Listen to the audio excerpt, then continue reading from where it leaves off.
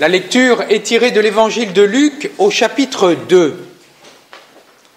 En ces jours-là, parut un édit de l'empereur Auguste ordonnant de recenser toute la terre. Ce premier recensement eut lieu lorsque Quirinius était gouverneur de Syrie. Et tous allaient se faire recenser, chacun dans sa ville d'origine. Joseph, lui aussi, monta de Galilée, depuis la ville de Nazareth vers la Judée, jusqu'à la ville de David, appelée Bethléem. Il était en effet de la lignée de David. Il venait se faire recenser avec Marie, qui lui avait été accordée en mariage et qui était enceinte. Or, pendant qu'ils étaient là, le temps où elle devait enfanter fut accompli, et elle mit au monde son premier-né. Elle l'emmaillota et le coucha dans une mangeoire, car il n'y avait pas de place pour eux dans la salle commune. Dans la même région, il y avait des bergers qui vivaient dehors et passaient la nuit dans les champs pour garder leurs troupeaux. L'ange du Seigneur se présenta devant eux, et la gloire du Seigneur les enveloppa de sa lumière. Ils furent saisis d'une grande crainte.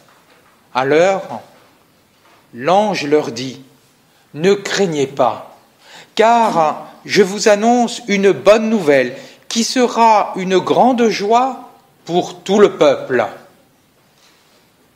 Aujourd'hui, dans la ville de David, vous est né un sauveur qui est le Christ, le Seigneur, et voici le signe que je vous donne.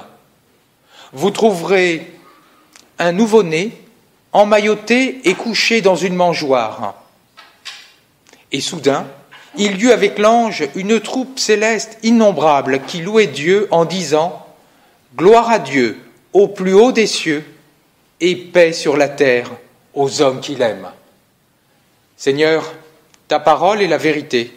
Sanctifie-nous par ta vérité. Ce texte de Luc que nous venons de lire décrit à merveille le mystère de Noël. Le mystère de Noël, c'est un Dieu simple, pas simplet, non, simple, pour des hommes et des femmes simples. Un Dieu simple, d'une part. Rappelons le contexte de la naissance. Il y a un recensement fait par Quirinius. Alors laissons de côté l'erreur historique, puisque Luc nous dit qu'Hérode était roi de Judée, et ce n'était pas possible au moment du recensement, puisqu'il était mort, donc il n'était pas ressuscité, je vous assure. Non, mettons de côté cette imprécision historique, ce qui nous montre d'ailleurs que la Bible ne doit pas être lue de manière littéraliste, comme les intégristes peuvent la lire, elle doit être lue dans son essence. Que nous dit cette histoire de recensement qui a bien eu lieu? Dieu qui s'incarne en Jésus-Christ n'est pas en dehors de l'histoire. Il épouse l'histoire, il se soumet à l'histoire, il se soumet aux décisions politiques, parce que le recensement est une décision politique. De savoir combien il y a d'habitants en Judée, pour l'occupant romain, ça permet de savoir combien il va pouvoir lever d'impôts, etc. Donc, Jésus, bien qu'il soit Seigneur, Sauveur, nous dit le texte, ce sont des titres divins, et bien que Jésus soit Dieu, il se soumet à cette décision politique. Et de ce fait même, il naîtra en dehors de son foyer familial, en dehors de la maison familiale, à Bethléem. Un Dieu donc qui s'incarne, qui épouse l'histoire humaine, mais aussi un Dieu qui est complètement passif, complètement manipulé par des parents. Il est emmailloté, nous dit-on. Voilà, ce n'est pas un Dieu tout-puissant, un Dieu qui écrase, mais un Dieu qui prend véritablement notre condition et qui même se laisse manipuler, qui devient complètement passif entre les mains de ses parents. C'est un Dieu en plus qui choisit le parti des humbles. Il ne naît pas comme son cousin dans une maison sacerdotale. Il ne naît pas comme son titre l'aurait voulu dans un palais. Non, il naît dans une mangeoire. C'est donc un Dieu qui s'est abaissé, qui a épousé notre condition humaine et même la condition des plus humbles d'entre nous. Il y a deux conséquences à cela. Tout d'abord, Dieu se manifeste et se révèle à nous par des choses simples, des choses ordinaires que nous rencontrons tous les jours. Il se manifeste au berger.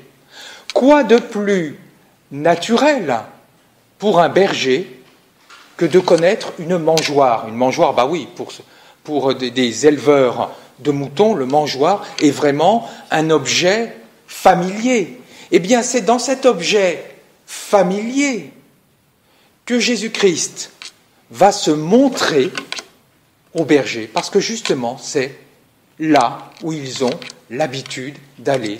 C'est un objet connu pour eux. Eh bien, pour nous, il en est de même. Dieu se manifeste dans des choses ordinaires, pas besoin de choses extraordinaires et mystiques. Non, il se manifeste dans le quotidien de nos vies. Et là, lors du culte, quoi de plus ordinaire que la parole? Quoi de plus ordinaire que la lecture d'un livre? Nous avons l'habitude de lire, nous avons l'habitude d'écouter quelqu'un lire. Eh bien, Dieu se manifeste dans cette chose tout à fait banale qui est la lecture biblique. Quoi de plus ordinaire pour nous que de chanter? Quoi de plus ordinaire pour nous que d'écouter de la musique? Dieu se manifeste aujourd'hui parmi nous, quand nous chantons des cantiques, quand nous écoutons l'orgue. Quoi de plus ordinaire pour nous que de manger même du pain? Dieu se manifeste dans la scène par ce pain qui est consacré. Dieu se manifeste dans des choses simples. Ça, c'est la première conséquence, dans des choses ordinaires que nous rencontrons tous les jours. La deuxième conséquence, c'est que Dieu ne règne pas dans la contrainte. Il n'est pas un Dieu violent, ce n'est pas le Dieu Arès de la guerre, ce Dieu puissant, non. C'est un Dieu au contraire, tout petit, tout minuscule, couché dans une mangeoire. Dieu ne règne pas par la séduction. Ce n'est pas la déesse Aphrodite, pardon pour les clichés. Non, il se manifeste par un petit enfant. En fait, Dieu ne veut ni régner par la séduction, ni régner par la force. Il frappe à la porte de nos cœurs, discrètement. Il respecte notre liberté.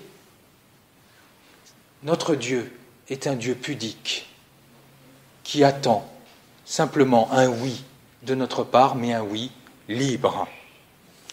Noël donc, c'est la première idée, c'est la fête d'un Dieu simple. D'un Dieu simple pour des gens simples. Dieu se manifeste à des bergers. Les bergers, vous le savez, étaient des gens particulièrement méprisés. Ils étaient considérés comme des voleurs, comme des tricheurs, comme ce que vous pouvez... toutes les insultes qu'on pouvait donner étaient pour les bergers, à tel point qu'un commentaire de la Bible de l'époque, le Talmud de Babylone, dit les bergers, il est très difficile pour les bergers de faire pénitence, c'est pour dire vraiment, ce sont des personnes indécrottables. Eh bien, ce sont tellement des personnes indécrottables, tellement des personnes méprisées, tellement des personnes considérées comme des voleuses, que c'est à elles, à ces personnes-là, que Dieu va se manifester en priorité. Il va se manifester en priorité, non pas pour les effrayer, parce que quand la gloire divine leur apparaît, ils ont peur. Non, n'ayez pas peur. Je vous annonce une bonne nouvelle. Dieu va révéler à ces exclus de l'époque l'essence même de la bonne nouvelle, l'essence même de l'Évangile. Et quelle est l'essence même de l'Évangile, l'essence même de la bonne nouvelle? Pour eux comme pour nous, une bonne nouvelle, la naissance d'un sauveur, d'un homme qui va nous sauver. Nous sauver de quoi? Nous sauver de la mort, nous sauver de la maladie, nous sauver de la souffrance, nous sauver des émotions perturbatrices. Voilà de quoi Dieu veut nous sauver. Et pas simplement sauver une élite, non, tous les êtres humains, quels qu'ils soient. Paix aux hommes qu'il aime, pas paix aux hommes de bonne volonté, comme l'a traduit la Vulgate, ce qui voudrait dire seulement paix à certaines personnes, non, paix aux hommes qu'il aime, à tous les hommes, parce que justement, Dieu aime tous les hommes. C'est ça que veut dire paix aux hommes qu'il aime. Paix à tous les hommes parce qu'il les aime. Aujourd'hui, qui sont ces bergers? Qui sont ces hommes et ces femmes à qui l'Évangile s'adresse en priorité? Eh bien, ce sont les exclus de la société. Dans une société où il faut être jeune, beau, aisé, réussir, ce sont en priorité aux pauvres, aux vieillards, aux malades, aux handicapés. Et à cela, Dieu dit, appuie-toi sur moi. Ma richesse, c'est moi. La santé, c'est moi. Ta force, c'est moi. Oui, c'est un appel à la foi que Dieu lance à toutes ces personnes qui sont exclues. Et à celles et ceux d'entre nous qui ont la chance de ne pas être pauvres, mais d'avoir une certaine aisance matérielle, d'avoir plus ou moins la jeunesse, plus ou moins la santé. Dieu dit, ne t'appuie pas sur ta santé, ne t'appuie pas sur ta jeunesse, ne t'appuie pas sur cette aisance matérielle, qui sont des dons que je t'ai confiés et dont tu n'es pas le propriétaire, mais simplement le gérant. Mais appuie-toi sur moi, car je suis ton véritable seul appui, ta véritable santé, ta véritable force, ta véritable richesse. Les bergers, ce sont celles et ceux d'entre nous qui s'appuient sur Dieu seul, qui, avec le psalmiste, dit « Le Seigneur seul est ma force et mon appui ». Voilà le mystère de Noël, le mystère des gens simples, comme nous tous, je l'espère, qui nous appuyons sur Dieu seul. Alors pour conclure, je rappelle les deux idées essentielles de ce texte. Tout d'abord, Noël est la fête d'un Dieu simple qui rejoint les êtres humains. Et Noël est la fête des gens simples qui se laissent rejoindre par Dieu en mettant leur espoir en lui seul. Amen.